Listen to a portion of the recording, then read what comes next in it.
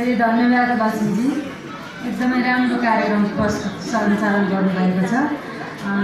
यस 116औं अन्तर्राष्ट्रिय नारी दिवस कार्यक्रम चाहिँ नगरपालिकाले खासमा हिजो नै गर्नुपर्ने थियो। हामीले चाहिँ अब चुनावको अलिक तातो खबरहरू अनि साथीहरू पनि बाहिर हुनुहुन्छ। हाम्रो कर्मचारीहरू पनि धेरै कर्मचारीहरू बाहिर खटिनु भएको कारणले गर्दा आइपुग्नुहुन्न भन्ने कुरालाई मध्यनजर गरेर हामीले 116औं अन्तर्राष्ट्रिय नारी दिवसको उपलक्ष्यमा नै आज 25 गते यो कार्यक्रम आयोजना गरेका छौँ।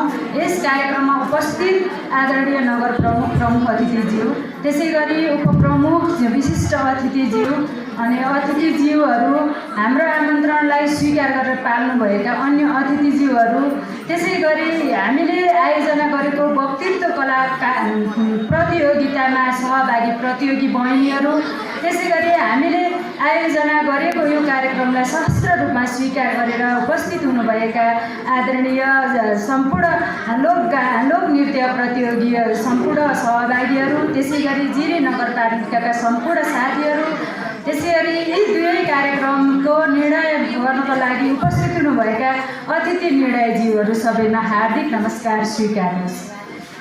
खास गरी नारी अधिकार राष्ट्र विकासको आधार भन्ने मूल नारा यो जिरी नगरपालिकाले यो विषयलाई आधार मानेर वक्तृत्व कला प्रतियोगिता आयोजना गरेको थियो।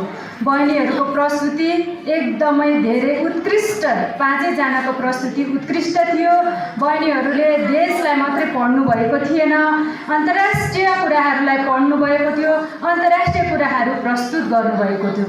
एकदमै धेरै उत्कृष्ट खालका प्रस्तुति हुँदाहुँदै पनि निर्णायकज्यूहरूले एउटा निर्णयको दायराभित्र बसेर निर्णय गर्नुपर्ने भएको कारणले गर्दाखेरि फर्स्ट, सेकेन्ड, थर्ड, फोर्थ, 5 को र्याङ्कमा छुट्याउनु पर्ने भएको छ। तपाईहरू 5 जना बहिनीहरू एकदमै उत्कृष्ट हुनुहुन्छ। तपाईँहरूको उत्कृष्ट वाक कला हामीले देखेका छौँ। सम्भव भएसम्म हामी तपाईँहरूको यो उत्कृष्ट वाक कलालाई अझै परिष्कृत गरी लानको लागि नगरपालिकाले के योगदान गर्नुपर्छ त्यो योगदान गर्न तयार छ। तपाईहरूलाई मलाई लाग्छ तपाईँहरूले कुनै 2-3 दिनको वाक कला सम्बन्धी कुनै ट्रेनिङहरू मेन्टरसिप लिनुभयो भने तपाईँहरूको वाक कला जिरी नगर क्षेत्रभित्र मात्र होइन, यो नेपालभित्र नै उत्कृष्ट हुने देखेको छु मैले। त्यसै गरी जिरी नगरपालिका साँच्चै पनि सांस्कृतिक नगरको रूपमा पनि अब organic Jiri, clean Jiri, green Jiri भनेर हामीले घोषणा गरेछौँ। अब सांस्कृतिक जिरी भनेर नै घोषणा गर्नुपर्ने देखिएको छ। आदरणीय मेयर साहब, उपमेयरज्यू यहीँ हुनुहुन्छ। यो एउटा जिरी नगरपालिकालाई पर्यटकीय प्रवर्धन गर्नको लागि महत्त्वपूर्ण सशक्त औजारको रूपमा यो सांस्कृतिक समूह रहने कुरा मैले यहाँ बसिरहँदा महसुस गरेको छु। अहिलेको समयमा हिजोको समय जस्तो घाँस दाउरा गर्दा मात्रै सांस्कृतिक कलाहरू प्रस्तुत हुँदैनन्। संस्कृति धारामा ढिकी, जातो र घाँस दाउरामा मात्रै लोप त हुँदैनन्। अबको संस्कृति भनेको आय आर्जनको माध्यम बन्नुपर्छ। अबको संस्कृतिले यो सांस्कृतिक कला भनेको सम्पत्ति हो, सम्पत्तिमा रूपान्तरण गरेर हाम्रा दिदीबहिनीका यी मिठा कलाहरू अब आय आर्जनको एउटा सशक्त माध्यमको रूपमा हुनुपर्ने देखिन्छ। यहाँ धेरै खालका जातीय वेशभूषा, त्यसै गरी परम्परागत सङ्गीली नाचसम्म एकदमै रमणीय खालका सांस्कृतिक कलाहरू थिए। सबैका प्रस्तुतिहरू एकदमै धेरै उत्कृष्ट थिए। यहाँहरूले एकदम धेरै मेहनत गर्नुभएको छ। यो हाम्रो कार्यक्रमलाई एकदम सुन्दर बनाउनको लागि ठुलो योगदान गर्नुभएको छ। 12वटा समूहहरूले प्रस्तुत गर्नुभयो। त्यो 12वटा समूहहरूले उत्कृष्ट हुनुहुन्थ्यो, तर प्रतिस्पर्धा हो, फर्स्ट, सेकेन्ड, थर्ड छुट्याउनु पर्ने बाध्यताको कारण विभिन्न लिमिटेसनहरू अनि विभिन्न आधारहरूलाई मानेर हाम्रा जजहरूले फर्स्ट, सेकेन्ड, थर्ड छुट्याउनु भएको छ। म यहाँहरूलाई एउटा के सुनिश्चित गर्न चाहन्छु भने हामी आफै पनि जज भएर काम गर्न सक्ने थियौँ, तर होइन, हामी आफै हुनु हुँदैन। हामी भन्दा पनि थर्ड पार्टी हाम्रो जजको प्रमुखमा रहनुपर्छ भन्ने हिसाबले हामीले नगर क्षेत्रभन्दा बाहिरको जजहरू यो कार्यक्रममा जजको रूपमा ल्याएका छौँ। त्यो किन ल्यायो भने जजहरूको आँखामा पक्ष विपक्ष नहोस्, चिनजान नहोस्, एकदम निष्पक्ष रूपमा चाहिँ यहाँहरूले जज गर्नुहोस्, यहाँहरूको प्रस्तुति यहाँहरूको मेहनत जज होस् भन्ने हिसाबले गर्दा हामीले त्यो खालले चाहिँ व्यवस्था गरेका हौँ। आज छ जजहरूले एकदमै स्वच्छ निष्पक्ष पारदर्शी गर्नुभएको छ। यहाँहरू सबैलाई यो जजहरूको निर्णय चित्त बुझेको छ भन्ने हामीले विश्वास लिएका छौँ। यहाँहरू यो हाम्रो कार्यक्रममा उपस्थित हुनुभएको छ, यहाँहरूलाई सबैलाई हार्दिक धन्यवाद भन्न चाहन्छु। वास्तवमै नारी अधिकार हाम्रो कानुनले संविधानले दक्षिण एसियाकै सबैभन्दा उत्कृष्ट अधिकारका कुराहरू हामीलाई प्रदान गरेको छ।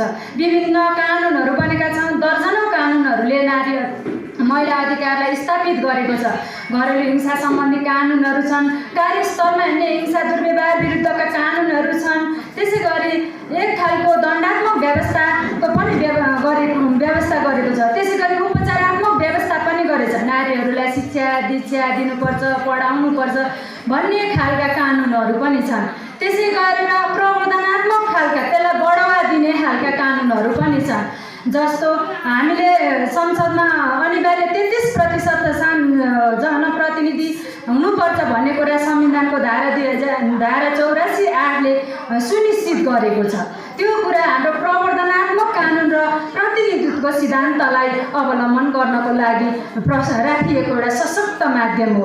त्यसै गरी महिलाका हकहरू अनि महिला शिक्षाका कुराहरू, त्यसै गरी हामीले लोकसेवा लगायत विभिन्न आयोगहरूमा 33% अधिकार सुनिश्चित भएको छ। यो साँच्चै पनि यो कुराहरूले एकदम परिवर्तन ल्याएको छ। 2064 सालसम्म निजामती सेवामा महिलाहरू जम्मा कति 10% भन्दा तल हुनुहुन्थ्यो। अहिले निजामती सेवामा 30% नागिसकेको अवस्था छ। महिलाको सहभागिता 30% नागिसकेको छ। त्यसै गरी सेना, प्रहरी लगायत बैंकिङ सेक्टरहरूमा पनि महिलाको उपस्थिति सशक्त रहेको छ। राजनीतिक क्षेत्रमा हामीले देखिरहेका छौँ। तर सङ्ख्यात्मक रूपको उपस्थितिले मात्रै त्यो एक खालको ठुलो प्रभाव पार्न सक्दैन। सङ्ख्यात्मक उपस्थितिमा मात्रै हामीले गर्व गर्नुपर्ने स्थिति छैन। हामीले चाहिँ गुणात्मक उपस्थितिलाई बढाउनु पर्ने हुन्छ।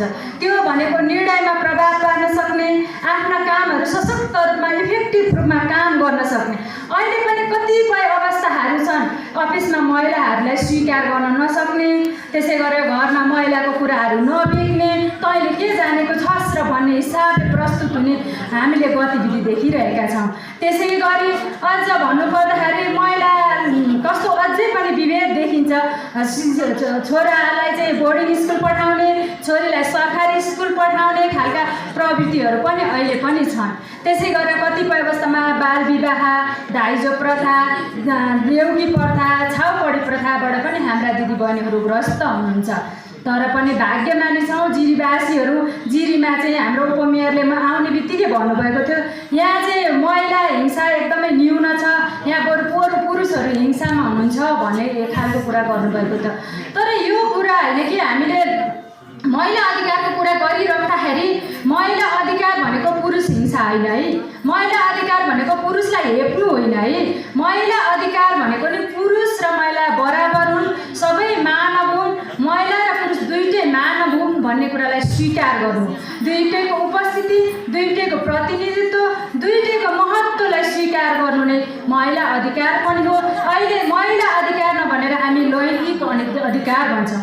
लैङ्गिक अधिकार किन भनियो त भन्दाखेरि महिला अधिकार भनिरहँदाखेरि पुरुषहरू चाहिँ पीडित हुनुहुन्छ कि भन्ने कुरालाई मध्यनजर गरेको देखिन्छ। लैङ्गिक अधिकार भनेको महिला र पुरुष बराबरी भन्ने कुराहरूलाई जोड दिन्छ।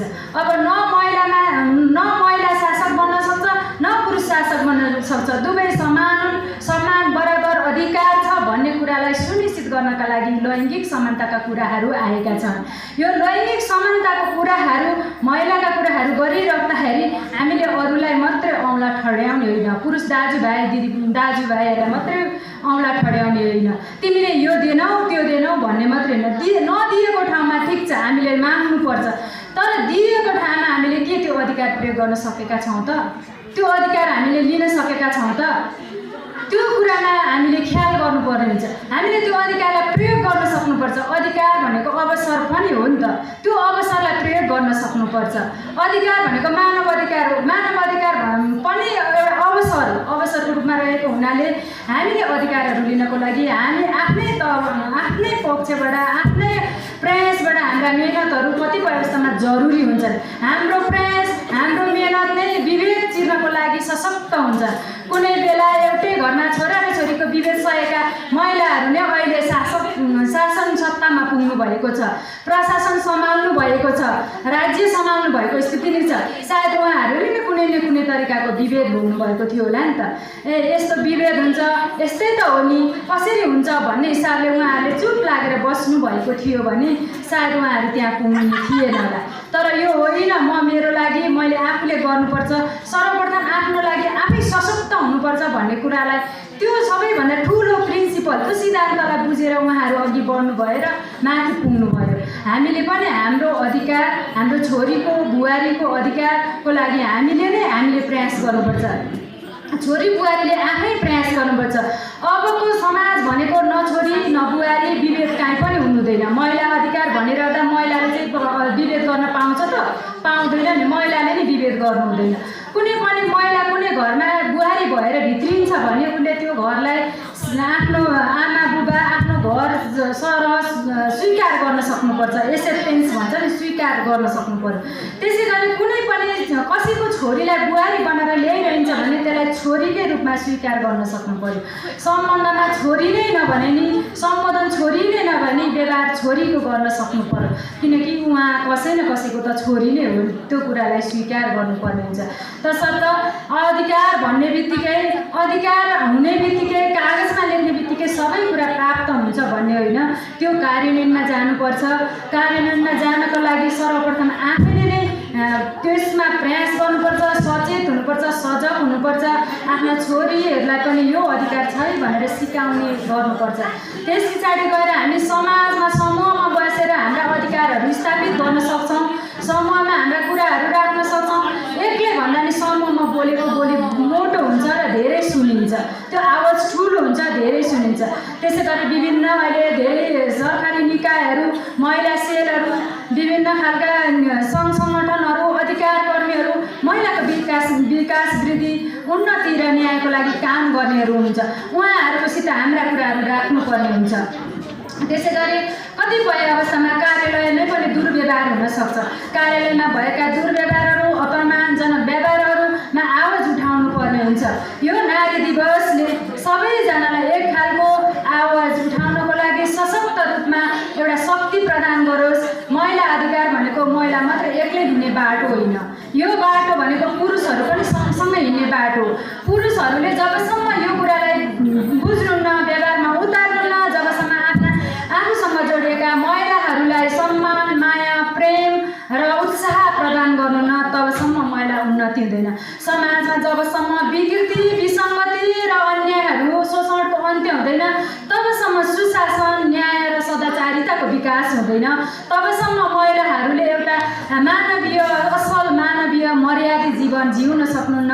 त्यसैले गर्दाखेरि सम्पूर्ण महिला दिदीबहिनी, दाजुभाइ, पुरुषहरू सम्पूर्णले एउटा समाजमा छिपेर गढेर बसेको विकृति, विसङ्गति, कुरीति, विभेद र शोषणहरूलाई अन्त्य गर्नको लागि आफ्नो तर्फबाट सक्दो प्रयास गर्नुहोस्। त्यस पछाडि समाज आफै नै बन्नेछ। सुन्दर, सभ्य, शान्त, समृद्ध समाज निर्माण गर्नको लागि त्यस पछाडि कसैले पनि रोक्न सक्दैन।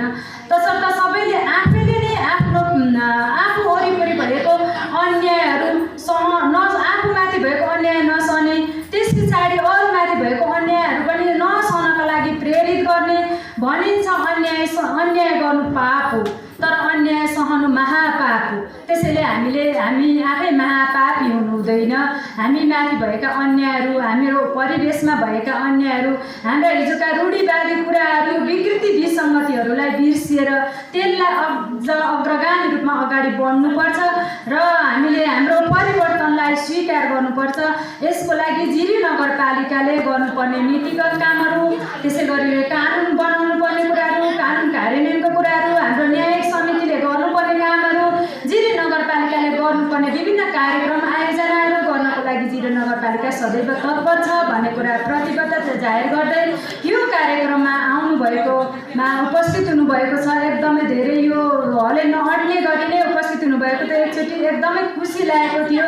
सम्पूर्ण उपस्थित महानुभावहरूलाई पुनः हार्दिक धन्यवाद दिँदै यो कार्यक्रम आयोजना गर्नको लागि यो महिला बालबालिका शाखा एकदमै धेरै खट्नुभएको छ। मिराजी, यहाँलाई धेरै धन्यवाद। त्यसै गरी सम्पूर्ण कर्मचारी साथीहरू सबैलाई हार्दिक धन्यवाद दिँदै यो आजको यस कार्यक्रम समापन भएको घोषणा गर्दछु। हस्त, धन्यवाद।